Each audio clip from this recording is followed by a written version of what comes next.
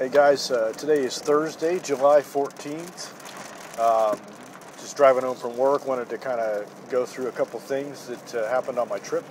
For those of you maybe that weren't following on Facebook, so I figured I'd put out an actual pre-podcast to some of the video that I was shooting. I might throw in a couple clips, but you know, I got about an hour and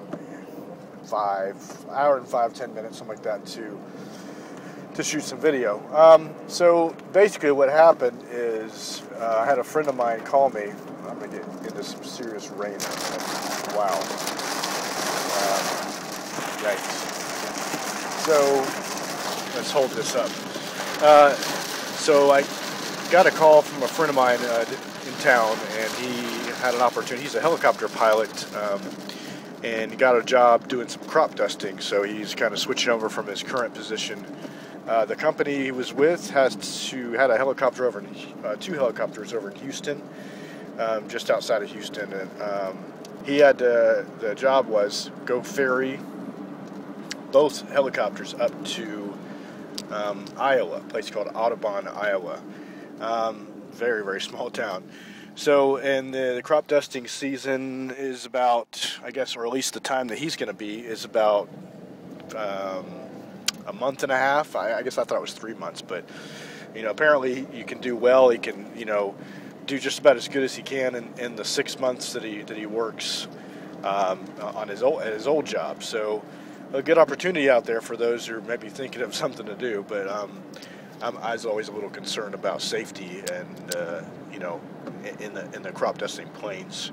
I've seen those guys fly, and yeah, you got to have a lot more experience than I have. So anyway, so the job was to at least take the one chopper up. It was a Robinson R44. This one had about 200 hours on it, and had AC in it. It was pretty nice. So it was actually really nice. Then there's another R44 that he was actually going to be flying. That was going to be his, is going to be his, and he has to ferry that as well. Have to drive from Florida all the way to Houston, Texas, which is a really long trip, and then we have to go from Houston, take the helicopter, fly all the way up to Iowa, then get a truck back, drive the truck all the way down from Iowa back to Houston, and then he has to do that trip all over again.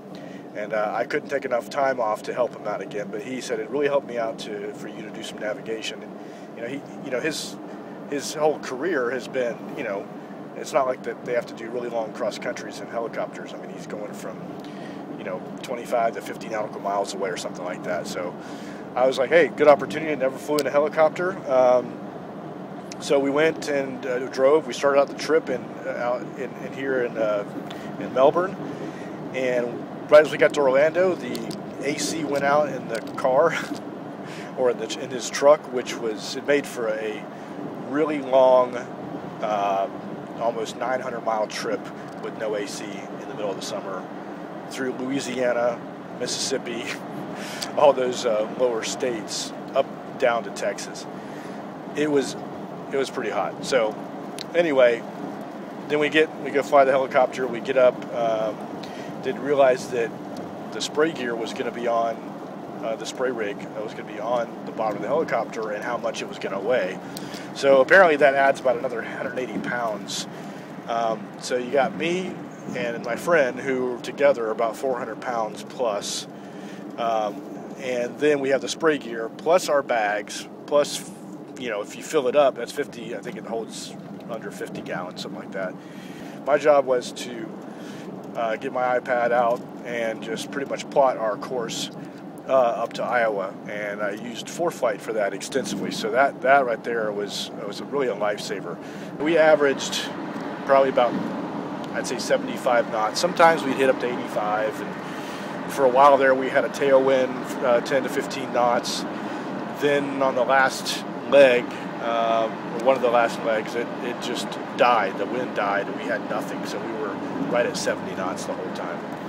So a lot of things I learned and got really familiar with was, one, you know, getting back and using my sectionals again. I mean, because if you're flying around the area, you know, I don't grab my sectional out. I mean, unless I'm flying across country, I've got GPS in the Archer.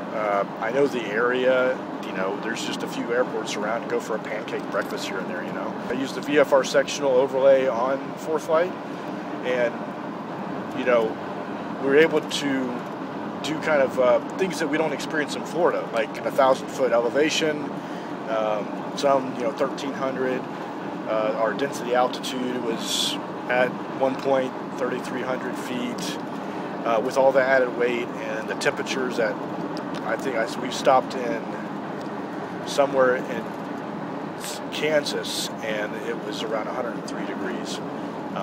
It was really, really hot. So, you get off the ground, you've got maybe 20 minutes. We just sit there with no AC, and then you kind of, burn a little fuel, get up there, get going, then turn the AC on. It gets good. And above and beyond that, the people took the headsets out. So we got there, we had no headsets. He had his Bose. My Bose doesn't fit that. And he had his crop dusting helmet that he bought, which is like a Kevlar helmet with looks like a fighter jet kind of, helmet. It's got a built-in, visor, two visors, a regular like shaded one, and then a yellow one, I guess, for snow is what he was saying, and built-in headset. And my head, I got a big head. It was squeezing my head. So I think I have half the head size that I did before I left, and have headaches I'm recovering from. It was a good experience, and something that I highly recommend that you take the time to go out there and get as much cross-country time in as possible, using whatever tools are available. Anyway, that was my trip, and I'll talk to you guys later.